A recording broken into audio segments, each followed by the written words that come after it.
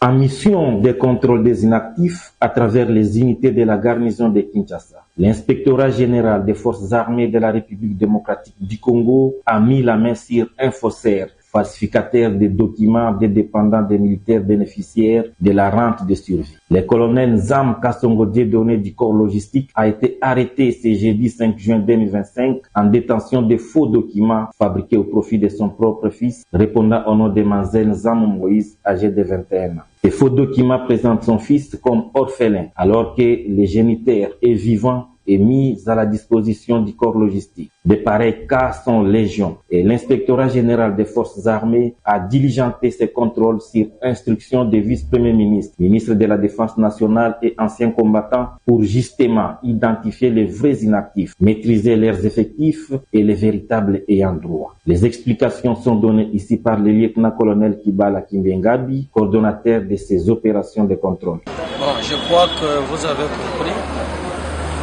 L'inspectorat général est en train de faire son travail en rapport avec ses missions régaliennes. Nous sommes dans notre mission de contrôle des inactifs.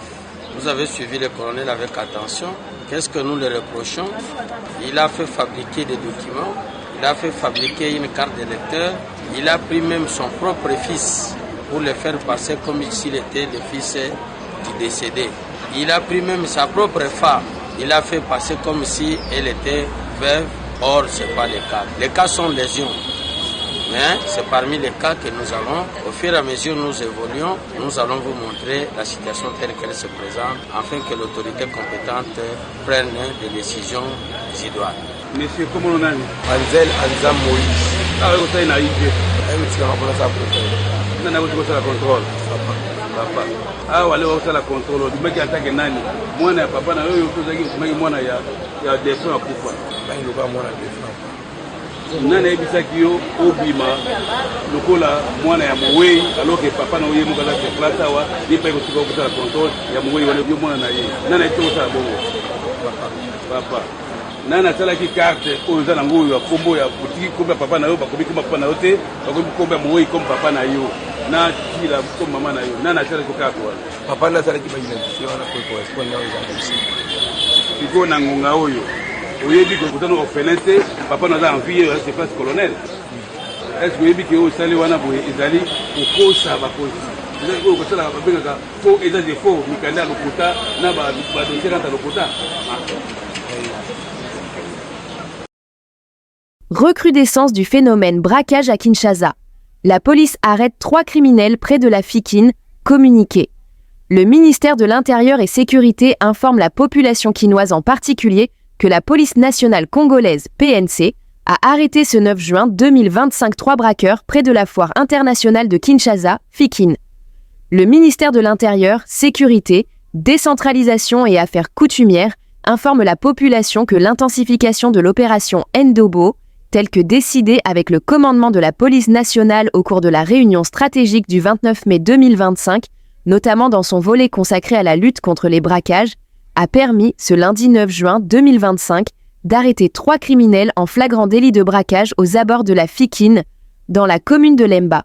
Peut-on lire sur ce communiqué, publié par la cellule de communication du ministère de l'Intérieur et Communication. À en croire la même source, ces criminels seront transférés dans un bref délai devant les instances judiciaires compétentes. Cette recrudescence de braquage et de vol à main armée a également fait l'objet de la communication du président de la République lors de la 46e réunion du Conseil des ministres. Les ministres de l'Intérieur et celui de la Défense ainsi que celui de la Justice ont été instruits à multiplier des stratégies afin que cette activité soit neutralisée et que les auteurs de ces actes soient déférés devant les instances judiciaires. RDC. Le chef d'état-major général adjoint en charge des opérations et du renseignement des Silkofo RDC est arrivé ce lundi 9 juin 2025 à Kindu, chef-lieu de la province du Maniema, pour évaluer le dispositif militaire, suivre le reconditionnement des unités, sensibiliser les troupes et mobiliser la population. Il est accompagné du général Batabombi Jean-Daniel, chef du service de l'éducation civique, sociale et d'action pour le développement, SECAS, de l'armée. Le général Ishali Gonza Jacques à Kindu, la population doit soutenir sa seule armée FARDC pour la sécurité et la défense du pays. Maintenant, aujourd'hui, il y en a. Si vous vérifiez bien, parce qu'on ne peut pas exposer nos militaires pour qu'on les compte.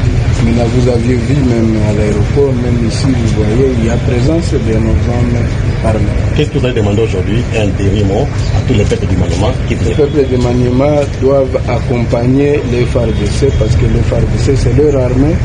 Et s'occuper aussi du domaine qui s'occupe d'elle. Parce que la sécurité, la défense s'occupe de la population. Pourquoi pas aussi la population ne puisse pas s'occuper de la sécurité et de la défense? C'est inapproprié.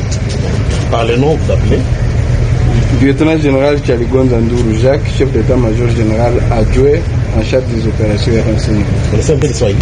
Oui, je suis Alors, moi je suis général, kutoka kuongea na gouverneur wa province. Raia Maniema itafamia nini mnaongea na liwali? Tunaongelea na excellence gouverneur, tunaongea na liwali kuhusu security na defense ya hii province.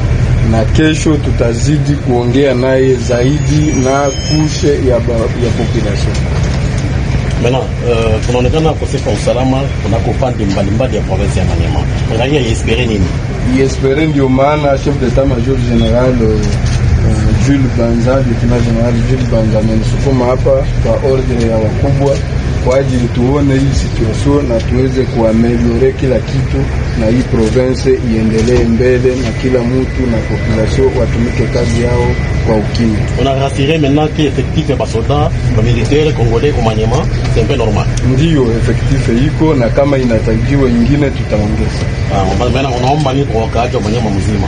Wakaaji wa Maniema waweze kusindikiza askari jeshi na polisi kwa ajili ya kurudisha amani. Wakiona adui mtu mbaya wanamdenonse na anashikwa kwa ajili atatatanisha usalama wao. Voilà, la presse du Maniema vous dit merci. Asante sana mimi. Congo.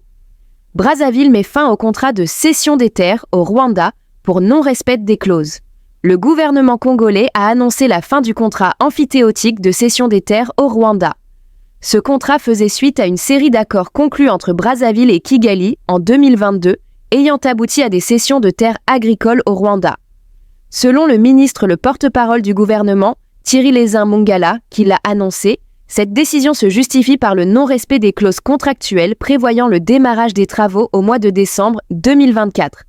La fameuse histoire des terres rwandaises, vous vous rappelez? La polémique, la salive, l'encre que tout cela a fait couler, mais pourquoi vous n'êtes pas demandé quelle atole était la suite? Pourquoi on en parle plus? Parce que tout simplement le dossier est terminé. Pourquoi est-il terminé? Le Premier ministre, dans ses communications diverses, vous avez dit ce sont des autorisations provisoires, des autorisations fragiles qui dépendent de la réalisation par les entreprises rwandaises concernées d'un certain nombre de réalisations ou d'un certain nombre d'actes, a indiqué le porte-parole du gouvernement congolais jeudi 6 juin dernier. Selon le ministre Thierry Lézin Mongala, Brazzaville a notifié en bonne et due forme les entreprises rwandaises concernées. Ce deal appartient désormais au passé, a-t-il affirmé. On avait une date butoir qui était au 8 décembre, mais figurez-vous qu'au 8 décembre, n'ayant pas eu de retour positif, ou en tout cas cohérent des entreprises concernées, le ministre d'État, ministre des Affaires foncières Mabiala, qui avait délivré au nom du gouvernement les autorisations à informer les partenaires que c'était annulé. Le dossier dit des terres rwandaises est terminé, puisque faute pour les partenaires privés concernés d'exécuter leurs obligations, ça a été annulé après le 8 décembre par des correspondances adressées au nom du gouvernement aux entreprises concernées par le ministre d'État Mabiala, a soutenu le porte-parole du gouvernement brazzavillois. Cette affaire était suivie de près par Kinshasa, qui a rompu des rapports diplomatiques avec Kigali, qui soutient les rebelles de l'AFC M23 dans l'est de la RDC. Les rebelles ont pris depuis fin janvier Goma et Bukavu, deux principales villes de l'est du pays, ainsi que de vastes territoires dans les provinces du Nord Kivu et du Sud Kivu. Selon un article de TV5 Monde, officiellement à peine 5% des 12 millions d'hectares de terres arables de la République du Congo sont exploités pour une agriculture vivrière. L'agriculture étant la principale activité de la population, cette dernière s'émeut de ce transfert de terrain à des intérêts rwandais. Dans l'opposition congolaise, certains ont dénoncé ces accords comme une violation de la souveraineté nationale. Dans une interview à la télévision nationale de la République du Congo en juin 2023 selon toujours nos confrères de TV5 Monde, le ministre de la Coopération internationale et de la promotion du partenariat public-privé, M. Denis Christel Sassou Nguesso, qui n'est autre que le fils du président Denis Sassou Nguesso, avait tenté de désamorcer les inquiétudes et les critiques concernant un projet de cession de terres exploitables au Rwanda dans près de 3 départements du sud du pays, du Poul, Bwenza et Nyari, pour une durée de 20 ans. Selon lui, l'État met des espaces des terres à la disposition des sociétés par le mécanisme amphithéotique. Nous ne donnons pas des terres aux Rwandais. L'accord ne concernait pas une société rwandaise, mais une société de droit congolais dont les actionnaires sont basés au Rwanda, avait-il ajouté. Pour sa part, le Premier ministre de la République du Congo, Anatole Kolined Makosso, avait lui fait une descente sur le terrain les 5 et 6 juin 2024 dans le département de Bwenza pour démentir la vente de terres aux Rwandais, rapportait le journal Les Dépêches de Brazzaville. Aucune autorité locale n'a reçu officiellement une délégation rwandaise qui viendrait chercher à identifier les terres qui lui auraient été cédées, avait-il expliqué. Kisangani, les urgents, des veuves militaires FARDC sont mortes en apprenant qu'elles ne figurent pas sur la liste de paiement de la rente de survie. À en croire l'une d'elles retrouvée ce mardi 10 juin devant la banque en pleine réclamation de la réintégration. Suivez.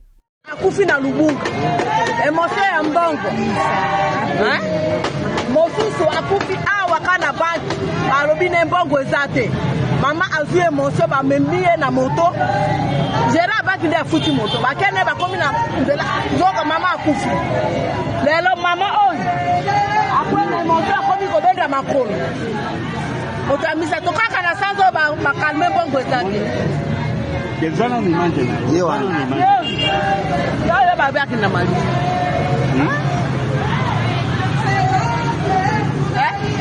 To sala nini? Soki to sala karek de to koma kia wandengene.